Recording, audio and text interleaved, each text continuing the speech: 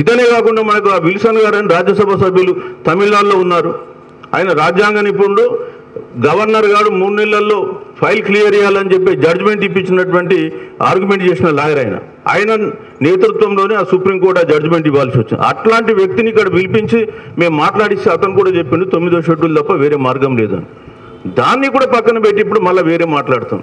So మీకు నిజంగా 9వ షెడ్యూల్లో పెట్టాలని ఉంటే మీరు పోరాటం చేయండి, అంతేగాని ఏదో జీవోలు ఇచ్చి ఆ జీవోలు కోట్ల కొట్టుడు పోయినాయి, అయ్యో మేము అన్ని చేసినాం కోట్లు ఇవ్వలే కాబట్టి 23%తో ఎన్నికలు జరుపుతాం అనేటువంటి మిషతో మళ్ళీ మీరు మా దగ్గరికి రావద్దని చెప్పి మేము కోరుతున్నాం.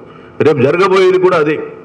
హైకోర్టులో ఏం జరుగుతుందో తెలుసు, హైకోర్టు ఏం డెడ్ లైన్ పెడుతుందో తెలుసు, ఎన్నికలు వీళ్ళు ఏ విధంగా నిర్వహిస్తారో కూడా తెలుసు. కాబట్టి ఇవన్నీ కూడా మనకు తెలిసి ఉండి కూడా మనం ఉన్నాం, లేదు చేయని వాళ్ళు చేయని చెప్తున్నాం. కానీ మేము కోరేది ఒకటే, 9వ షెడ్యూల్లో పెట్టించే బాధ్యత రాష్ట్ర ప్రభుత్వం తీసుకోవాలని మేము కోరుతున్నాం. అంతే తప్ప ఎవరో తీసుకోరు, ఇక్కడ కూర్చున్న సంఘాలు తీసుకో. మీరు ప్రామిస్ చేసి వచ్చిండ్రు, ఆ బాధ్యత మీరు తీసుకోవాలి. బీజేపీని కౌంటర్గా మీరు ఎదుర్కోవాలి. మీరు ఆ బీజేపీకి ఆ కౌంటర్లే ఇస్తలేరు. వాళ్ళు ముస్లిం గురించి మాట్లాడితే మాట్లాడారు, బీజేపీకి మరి అపాయింట్మెంట్ ఇస్తలేరంటే మీరు ఇక్కడ రాష్ట్ర బంధు ఖాళీ ఇవ్వరు. కేంద్ర ప్రభుత్వ సంస్థల ముందు మీరు ధర్నాలు చేద్దామని చెప్పండి. ఏం చేశారు అక్కడ?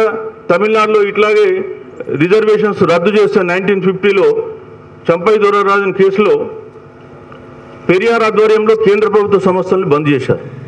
ఆ దెబ్బ కేంద్ర ప్రభుత్వం దిగొచ్చి మొదటి రాజ్యాంగ సవరణ చేసి విద్యలో రిజర్వేషన్లు కల్పించింది. మరి మీరు అట్లాంటి ఇష్యూలే చెప్పరే.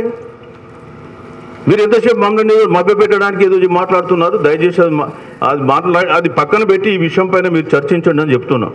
రెండోది, రాష్ట్ర ప్రభుత్వానికి కామారెడ్డి డిక్లరేషన్లో అనేకమైనటువంటి హామీలు ఇచ్చారు. వీళ్ళు ఏం చెప్పారు? మేము అధికారంలోకి వచ్చినాక 20,000 కోట్లు ప్రతి సంవత్సరం కేటాయిస్తాం, 5 సంవత్సరాల్లో 1,00,000 కోట్లు ఖర్చు పెడతామన్నారు. మొదటి సంవత్సరంలో 9,200 కోట్లు కేటాయించారు. ఖర్చు పెట్టింది ఎంత? 2,068 కోట్లు. మీకంటే ఆ బీఆర్ఎస్ గవర్నమెంట్లో బాగా చేశారు. కాస్త కూసు 500-1000 కోట్లు ఎక్కువ పెట్టారు. అది కూడా లేకుండా పోయింది. కాబట్టి మిమ్మల్ని దయచేసి మీరు ఇచ్చిన ప్రామిస్ని నిలబెట్టుకోండి. ఇక మీరు పైసా ఖర్చు లేనటువంటి నామినేటెడ్ పోస్టులు తీసుకుంటే మీరు 42% ఇస్తామని చెప్పి మాకు 15% కూడా ఇవ్వాలి.